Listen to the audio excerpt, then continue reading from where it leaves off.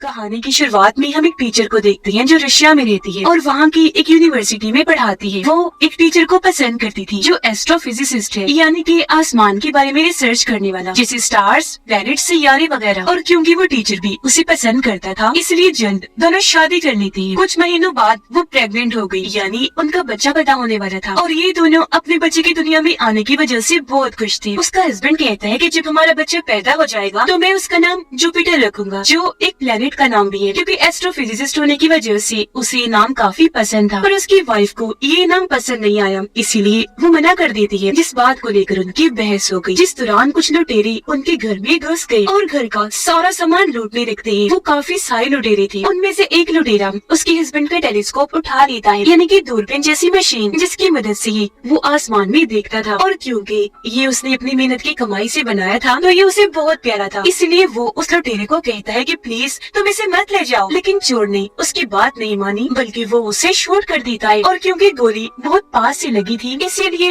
वो नीचे गिर गया। मौके पर ही अपना दम तोड़ देता है। उसकी वाइफ को बहुत दुख हुआ, वो फूट फूट कर रोने लगी। और क्योंकि अब वो इस दुनिया में अकेली रह गई थी, इसीलिए अपने रिश्तेदारों के पास जाने का फैसला करती है। और कुछ ही देर के बाद वो शिप के जरिए अपना सफर शुरू करती है। रास्ते में ही उसकी तबीयत खराब हो गई और यहाँ वो एक बच्ची को पैदा करती है। और क्योंकि अब उसका हस्बैंड इस दुनिया में नहीं रहा, तो उसकी याद में वो अपनी बेटी का नाम जुपिटर ही रख देती है। और अब हम कहानी में 22 साल के बाद का वक्त देखते हैं, जहाँ जुपिटर अब काफी बड़ी हो गई है, पर वो अपनी जिंदगी से खुश नहीं, क्योंकि वो बेचारी गुजारा करने के लिए एक अमीर फैमिली के घर पर साफ सफाई का काम करती थी। वजह ये थी कि असल में जुपिटर इस वक्त यूएसए में थी, पर क्योंकि उसका ताल्लुक रशिया से था, इसी वजह से उसे यहाँ अच्छी जॉब नहीं मिल रही थी। इसके अलावा अब उसकी फैमिली काफी बड़ी हो चुकी थी और ये सब की सब उस अमीर फैमिली के घर में ही रहती थी, पर इनके रहने के लिए छोटी सी ही जगह थी। इसी वजह से यहाँ कोई प्राइवेसी नहीं थी, सबको एक जगह पर ही सोना पड़ता और अकेले में ये कोई बात भी नहीं कर सकती थी। इसके बाद हमें एक अनजान प्लेनेट सियारा दिखाया गया, जहाँ पर हम रानी एब्रासाक्स के 3 बच्चों को देखते हैं, जिनमें 2 लड़के थे और एक लड़की। ये रॉयल शाही फैमिली के लोग थे। इन तीनों बहन भाइयों में एक लड़के का नाम टाइटस था। ये तीनों बहन भाई अलग अलग प्लैनेट्स पर हमला करके वहाँ के लोगों को मारते थे और फिर उनसे एक ऐसी दवाई बनाया करते थे जिनकी मदद से सालों तक जवान रह सकते हैं। हाल ही में उनकी माँ एब्रासाक्स की मौत हुई, जिसके बाद इन तीनों को अलग अलग प्लैनेट्स देकर जायदाद का बंटवारा कर दिया गया, क्योंकि इनकी जायदाद प्लैनेट्स ही थे। इनमें टाइटस के बड़े भाई को 2 प्लैनेट्स के अलावा हमारी जमीन दुनिया भी मिली थी। यहाँ टाइटस अपने भाई से कहता है कि मैं आपसे जमीन को खरीदना चाहता हूँ, पर उसका भाई बिना कुछ कहे ही वहाँ से चला जाता है। अब जमीन पर केन नामी एक शिकारी को हम देखते हैं, जो उसी शहर में था जहाँ पर जुपिटर थी, और ये टाइटस के लिए ही काम करता था। पर इसी यहाँ टाइटस के भाई के सिपाही देख लेते हैं और उस पर हमला करने की तैयारी करते हैं। अब इन सब के पास ताकती होने के साथ साथ खास किस्म के गैजेट्स भी थे, यानी इलेक्ट्रॉनिक टूल्स, डिवाइस, मशीन्स वगैरह। अब केन यहाँ अपने गैजेट की मदद से दीवार में बड़ा सा रास्ता बनाता है और उसकी मदद से एक हॉस्पिटल में आ गया। यहाँ वो अपनी सूंघने की ताकत से एक मरीज की फाइल को ढूंढ लेता है, जिसके लिए वो यहाँ आया था, और वो एक लड़की की फाइल थी। अब फाइल को लेकर वो यहाँ से जाने ही लगा था कि तभी उसके सामने वो तीनों शिकारी आ जाते हैं। इससे पहले वो इस पर हमला करते हैं। केन अपने उड़ने वाले जूतों को ऑन करता है, जो भी गैजेट की तरह ही काम करते थे। उनमें लाइट्स जलना शुरू हो गई और ये वहाँ से तेज भागना शुरू कर देता है। ये देखकर तीनों शिकारी भी बाहर आ गए। तब तक केन हवा में उड़ना शुरू हो गया था और वो शिकारी उस पर अपने बड़े बड़े हाई टेक्नोलॉजी हथियारों से हमला करने लगते हैं, जो हथियार मशीन गन जैसे लग रहे थे। केन भी कम नहीं था, अपने खतरनाक हथियारों से वो भी इनके हमलों का बराबर जवाब दे रहा था। वो दीवारों पर, तारों पर ऐसे भागता है जैसे कि वो जमीन पर भाग रहा है। उसकी स्पीड काफी तेज थी, जिसकी मदद से आखिरकार वो इनसे भाग ही जाता है, जिसके बारे में ये फौरन अपने दोस्त टाइटस के भाई को बताने का फैसला करते हैं। अपने प्लेनेट पर टाइटस की बहन अपने साथियों को कह रही होती है कि मैं जमीन पर हमला करना चाहती हूँ, लेकिन चुप कर, इस बारे में मेरे भाइयों को पता नहीं लगना चाहिए। टाइटस के भाई को पता चला कि जमीन पर एक लड़की है जिसके अंदर खास किस्म का डीएनए है, इसीलिए अपने लोगों को कहता है कि उस लड़की को फौरन ढूंढ कर पहले उसका टेस्ट करो, और अगर कुछ गलत लगी, तुम्हें शक हो, तो फौरन उसे मार डाल। और अब हम जमीन पर उसी लड़की को देखते हैं, जो असल में जुपिटर की दोस्त होती है। और क्योंकि वो अकेली थी, तो उसकी मदद करने के लिए जुपिटर उसके घर की साफ सफाई करती है। पर तभी जुपिटर को अपनी दोस्त के चीख की आवाज सुनाई दी। जो वहाँ चेक करने गई, तो वहाँ का नजारा देखकर काफी दंग रह गई। उसकी दोस्त बेहोशी की हालत में हवा में उड़ रही थी और उसके आसपास ग्रे रंग के बहुत सारे अजीब तरह के एलियंस थे, जिनके पास गन जैसी मशीन थी, जिसकी मदद से वो उसके दोस्त का टेस्ट कर रही थी। ये देखकर जुपिटर पास नहीं जाती, बल्कि उनकी तस्वीर बनाने लगती है। पर तभी उसकी मॉम की कॉल आ गई। जैसे ही मोबाइल की बेल बजी, एलियंस का ध्यान उसकी तरफ हो गया और वो उस पर भी झपट पड़ी। एलियंस जुपिटर और उसकी दोस्त की कुछ देर की पहले की याददाश्त मिटाकर वहाँ वहाँ से चले जाते हैं। ये दोनों बेहोश थी। जब इन्हें होश आया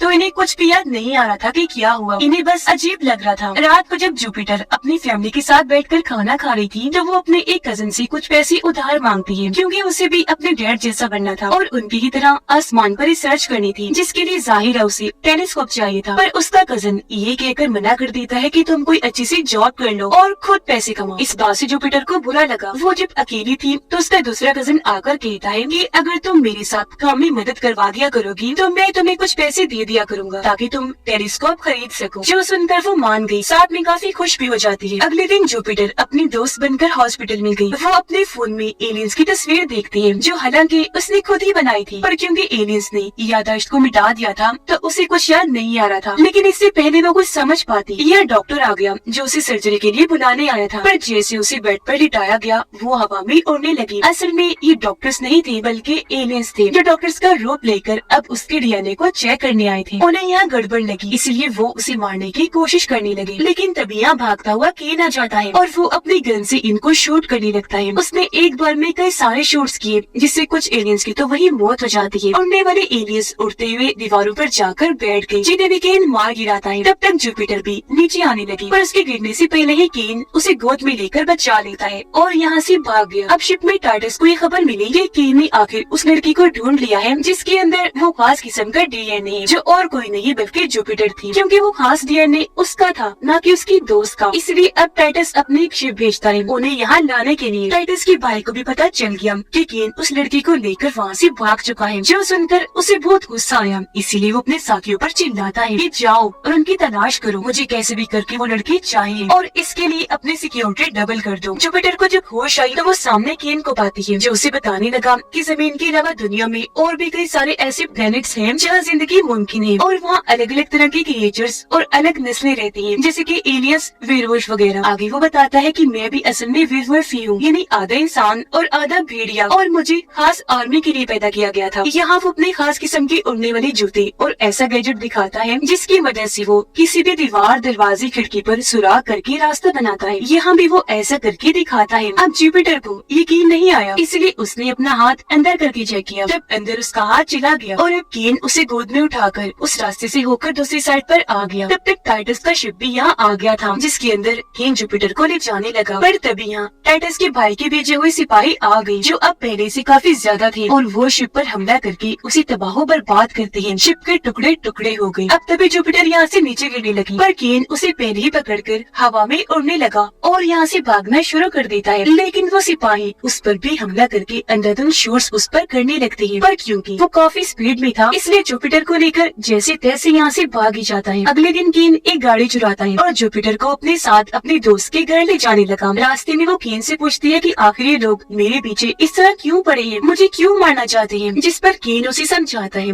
कि एब्रासाक्स रानी के बच्चों की आपस में जंग है जो तुम्हारी वजह से हो रही है, क्योंकि एक भाई तुम्हें मारना चाहता है जबकि दूसरा भाई टाइटस तुम्हें बचाना चाहता है। और एब्रासाक्स की फैमिली पूरे यूनिवर्स यानी सारी दुनिया में सबसे ताकतवर फैमिली है। आगे वो ये भी बताता है कि ये सिपाही जमीन पर जहाँ भी तबाही मचाते हैं वो ग्रे कलर के एलियंस बाद में उस जगह की तोड़फोड़ ठीक करके उस जगह को बिल्कुल पहले जैसा बना देते हैं और तो और ग्रे एलियंस को जो कोई भी देखता है वो उस इंसान की याददाश्त मिटा देते हैं। और अभी हमले की वजह से जो तबाही हुई ग्रे एलियंस उसे भी ठीक कर देंगे और वहाँ मौजूद लोगों की याददाश्त को भी मिटा देंगे ताकि किसी को कुछ याद न रहे। केन ने ये भी कहा कि तुम्हें जिस शिप में मैं ले जा रहा था वो टाइटस ने ही भिजवाई थी, क्योंकि वो तुम्हें वहाँ बेचकर मिलना चाहता था। अब सवाल ये उठता है कि टाइटस का भाई जुपिटर को मारना क्यों चाहता था। इसका जवाब हमें आगे मिलेगा। अब जैसे केन अपने दोस्त के घर गया तब उसका दोस्त केन पर गन तान देता है, क्योंकि उसके यहाँ आ जाने की वजह से उसके दोस्त की जान को भी खतरा हो सकता है। केन ने उसे रोक दिया, जिस वजह से दोनों की हाथापाई हो जाती है। ये दोनों काफी लड़ते हैं, उठा कर एक दूसरे को फेंकने लगते हैं, जिस बीच बहुत सारी शहद की मक्खियों का झुंड आकर जुपिटर को चारों तरफ से घेर लेता है, पर वो उसे काटती नहीं बल्कि आसपास उड़ने लगी और तो और जुपिटर के इशारों पर उड़ रही थी। ये देखकर केन का दोस्त जुपिटर के सामने झुक गया और उसे राजकुमारी कहकर बुलाता है। फिर उसे बताने लगा कि इन शहद की मक्खियों में असली एब्रासाक्स फैमिली की राजकुमारी को पहचानने की ताकत होती है। तुम्हारा डीएनए एब्रासाक्स की रॉयल फैमिली का है, जिस वजह से ये सारी मक्खियाँ तुम्हारे आसपास घूमकर तुम्हारा वेलकम कर रही थी, क्योंकि इन्होंने पहचान लिया कि तुम इनकी राजकुमारी हो। जिसके बाद वो केन और जुपिटर को अंदर ले आया और केन के जख्मों पर दवा लगाने लगता है। पर तभी वो केन की पीठ पर दो निशान आमने सामने देखती है। वो काफी हैरान हुई और इस बारे में पूछती है, जिस पर केन का दोस्त उसे बताता है कि पहले हमारे पंख हुआ करते थे और हम भी एब्रासाक्स के प्लेनेट से थे, लेकिन कुछ गलतियों की वजह से उसने हमें अपने प्लेनेट से भी निकाल दिया, साथ ही हमारे पंख भी ले लिए, जो अब उसी प्लेनेट पर उसके बच्चों के पास है। अब तभी जुपिटर के पास उसके कजन की कॉल आ गई, जो सुनने के लिए वो वहाँ से चली गई। तब केन अपने दोस्त को बताता है कि मुझे नहीं पता था कि जुपिटर राजकुमारी है, मैं तो इसे बस वैसे पकड़ के टाइटस के हवाले करना चाहता था ताकि वो मुझे मेरे पंख वापस दे दे। अब जब जुपिटर वापस आई तो केन का दोस्त उसे बताता है कि जमीन पर पहले से ही इंसान नहीं थे, बल्कि पहले यहाँ डायनासोर्स का राज हुआ करता था, पर एब्रासाक्स के लोगों ने जमीन पर पहले सभी डायनासोर्स का खात्मा किया, फिर किसी और प्लेनेट से इंसानों को लाकर जमीन पर छोड़ दिया ताकि वो यहाँ अपनी आबादी बढ़ा सके, क्योंकि उन्हें इंसानों से मतलब जो था वो उनकी मदद से हमेशा जवान रहने वाली दवाई बनाना चाहते थे। वो ये बातें कर ही रही थी कि तभी केन आकर बताता है कि हमें चारों तरफ से टाइटस के भाई के सिपाहियों और उन ग्रे एलियंस ने घेर लिया है, जो यहाँ भी जुपिटर को मारने के लिए आ गए हैं। तो अब यहाँ वो दोनों जुपिटर को बचाने के लिए उनसे लड़ने लगे। केन अंदर ही लड़ रहा था, वो टांगों से किक्स मार उनका खात्मा कर रहा था, जबकि उसका दोस्त शूट कर रहा था, जिससे सिपाही और एलियंस उड़कर दूर दूर जाके गिर रहे थे। अब जब जुपिटर केन के दोस्त के साथ बाहर थी, तब एक शिकारी गन से शूट करके केन के दोस्त को दूर गिराता है और जुपिटर की तरफ बढ़ने लगा। अब यह जुपिटर को बचाने के लिए मक्खियाँ उस शिकारी को चारों तरफ से घेर लेती है, जिस बीच जुपिटर को मौका मिल गया यहाँ से भागने का और वो झाड़ियों में भागने लगी, लेकिन तभी उसके सामने फिर से वो शिकारी आ गया, जो उसे मारकर बेहोश कर देता है और वो दूर जाके गिरती है। और फिर तभी यहाँ बहुत सारे ग्रे एलियंस उसके पास आने लगे जुपिटर को मारने के लिए, जिस बीच यहाँ टाइटस के भाई के वो तीनों खास सिपाही आ गए और वो अपने ही सभी सिपाहियों को और एलियंस को मार गिराते हैं और बेहोश जुपिटर को उठाकर अपनी स्पेसशिप में ले जाने लगी। ये चीज केन ने देख ली थी, वो भागकर इस तरफ आने लगा। इससे पहले शिप उड़ती वो उसे पकड़कर लटक जाता है। ये शिप एक दूसरे प्लेनेट पर आई, जहाँ वो सिपाही जुपिटर को टाइटस की बहन को बेच देते हैं। अब जुपिटर को जब होश आई तो वो देखती है कि उसने बहुत ही खूबसूरत कपड़े पहने हुए हैं, वो अब बिल्कुल रानी ही लग रही थी और इस वक्त एक महल में थी। वो जब आगे बढ़ी तो तभी वहाँ टाइटस की बहन आ जाती है, जो जुपिटर को देखकर काफी हैरान रह गई, क्योंकि जुपिटर का चेहरा उसकी माँ एब्रासाक्स से काफी मिलता है। अब टाइटस की बहन उसे अपनी माँ की मूर्ति के पास ले जाती है और उसे बताने लगी कि तुम मेरी माँ का दूसरा जन्म हो, क्योंकि एक तो तुम्हारा चेहरा उनसे बहुत ज्यादा मिलता है, दूसरा कि तुम्हारा डीएनए भी उनसे मैच हो गया है। अब क्योंकि यहाँ केन भी आ गया था शिप के साथ, तो वो यहाँ के सिपाहियों से लड़ता हुआ आगे बढ़ रहा था जुपिटर को ढूंढने के लिए। टाइटस की बहन जुपिटर को एक खास किस्म की फूल के पास लेकर आती है, जिसके अंदर भी ये लोग जवान होने वाली दवाई मिलाते हैं। टाइटस की बहन जब पूल से नहाकर बाहर आई तो वो बेहद जवान खूबसूरत लग रही थी, हालांकि उसकी उम्र तो 14,000 साल से भी ज्यादा थी। अब टाइटस की बहन जुपिटर को बताती है कि तुम एब्रासाक्स की सारी जायदाद को अपने नाम करवा सकती हो, क्योंकि वो रानी थी जिसका डीएनए तुमसे मिलता है, और अब तुम पूरी जमीन को अपने नाम करवा के ऐश वाली जिंदगी गुजारो। अब टाइटस की बहन ऐसा इसलिए कर रही थी क्योंकि वो अपने बड़े भाई से जमीन को हथियाने के लिए जुपिटर की मदद लेना चाहती थी। उसके डीएनए से फायदा लेकर वजह ये थी कि वो हमेशा जवान रहना चाहती थी, और अगर जमीन उसे मिल गई तो वहाँ के इंसानों के जरिए ऐसा मुमकिन हो सकता है। तब यहाँ हमें पता चला कि यही वजह है कि टाइटस का भाई जुपिटर को मारना चाहता है, क्योंकि वो जानता था कि उसने मेरी माँ का खून है, तो मेरी बहन भाई उसके जरिए मुझसे जमीन को छीन सकते हैं। वो दोनों बातें कर ही रही थी कि तब यहाँ केन आ गया। वो टाइटस की बहन को गन दिखाकर जुपिटर को अपने साथ चलने का कहता है, पर क्योंकि जुपिटर उसकी बातों में आ गई थी तो उस पर वो एतबार करने लगी, इसलिए यही रुकने का फैसला करती है। अब टाइटस का भाई अपने खास सिपाही को मार देता है, क्योंकि दूसरी बार भी वो जुपिटर को नहीं पकड़ पाया था, और अब वो अपने खास सिपाही को जुपिटर के पीछे भेजता है, जो सिपाही ड्रैगन जैसा लग रहा था। अब केन का दोस्त अपने ऑफिसर के साथ जुपिटर के पास आया। तब ऑफिसर जुपिटर को अपने साथ शिप में बिठाकर दूसरे प्लेनेट पर ले जाने लगी, जहाँ इंसान पैदा हुए थे। अब जब भी उस प्लेनेट पर पहुंची तो एक रोबोट जुपिटर से आकर मिलता है, और वो अपने एक वर्कर को रिश्वत देकर जुपिटर की कलाई पर रॉयल निशान बनवाता है, ताकि सब उसे ऐसे पहचाने कि ये भी रॉयल फैमिली की रानी है। अब जब जुपिटर और केन बात कर रही थी तो यहाँ उसका दोस्त आ गया, जो दोनों को चारों तरफ से घेर लेता है, क्योंकि वो टाइटस से सौदा कर चुका था जुपिटर को उसके पास लाने का। ऐसे करके उसने अपने ही दोस्त इनको धोखा दे दिया था। थोड़ी ही देर में जुपिटर को टाइटस के सामने लाया जाता है, तो वो उसे कहता है कि अगर तुम मेरे साथ खाना खाओगी तो मैं तुम्हें वापस जमीन पर भिजवा दूंगा। जबकि टाइटस के गार्ड्स केन को एक जेल में बंद कर देते हैं। अब जब जुपिटर और टाइटस खाना खा रहे थे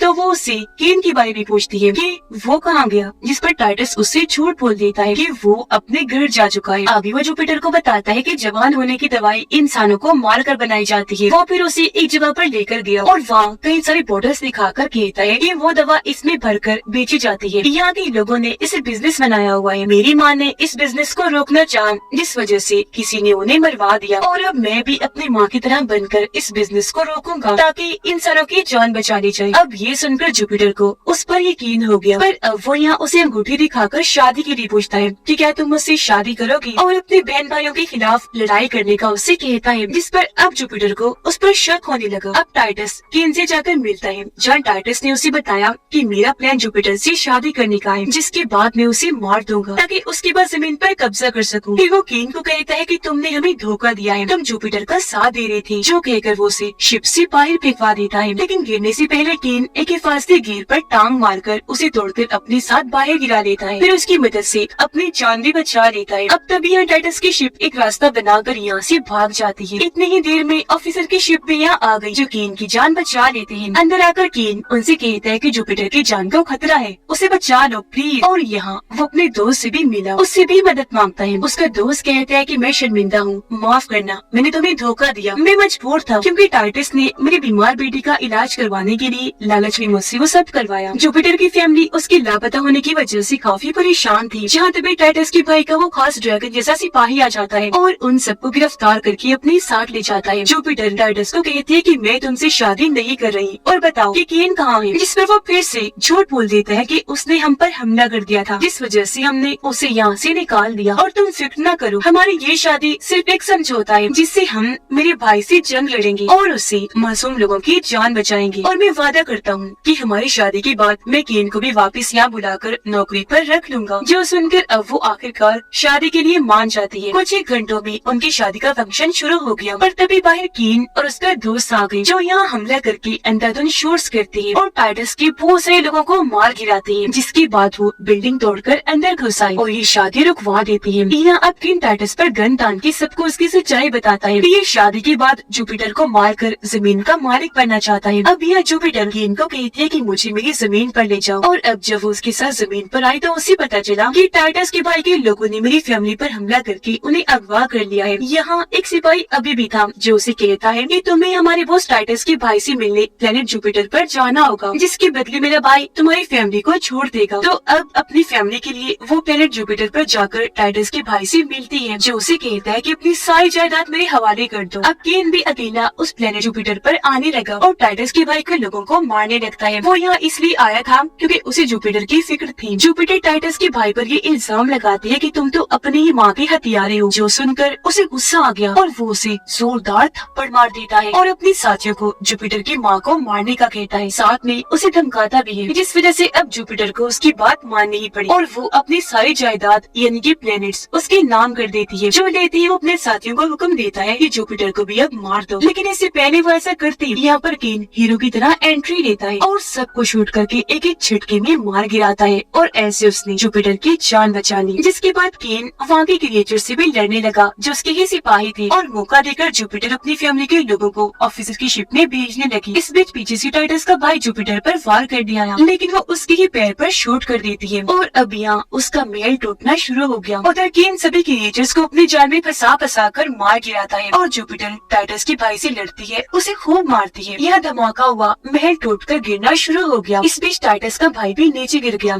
और ऐसे उसका खेल खत्म। बहुत बुरी तरह उसकी मौत हो जाती है। अब यह जुपिटर भी गिरने लगी, लेकिन झट से वहाँ केन आकर उसे बचा लेता है और उड़ाकर वहाँ से ले गया। कुछ टाइम के बाद हम जुपिटर को फिर से अपनी फैमिली के साथ देखते हैं, जो अब अपनी इस जिंदगी से बहुत खुश है। तभी उसका कजन भी उसे टेलीस्कोप गिफ्ट के तौर पर लाकर देता है, जिसे देखकर वो बहुत खुश हो गई। काम खत्म करने के बाद वो केन से जाकर मिलती है। अब यहाँ पता चला कि आखिर जुपिटर सभी प्लैनेट्स की रानी बन गई है, लेकिन उसने फिर भी अपनी नॉर्मल जिंदगी को चुना, जहाँ वो अपनी फैमिली के साथ रहेगी। और तो और अब केन के भी पंख वापिस आ गए थे। अब हर जगह जुपिटर का राज होगा, ना कि एब्रासाक्स के बच्चों का। तो अब कोई भी तबाही नहीं होगी, ना ही इंसान मारे जाएंगे, सब कुछ ठीक हो जाएगा, हर जगह अमन सुकून होगा। जुपिटर और केन क्योंकि एक दूसरे को पसंद करती थी, इसीलिए गले से लग जाती है और इंजॉय करने के लिए वो वहाँ से एक साथ उड़ गए। ये दोनों खूब मस्ती करती है और ऐसी उनकी और सबकी जिंदगी काफी खुशहाल बन जाती है। और इसी के साथ इस फिल्म की कहानी यहीं पर खत्म हो जाती है।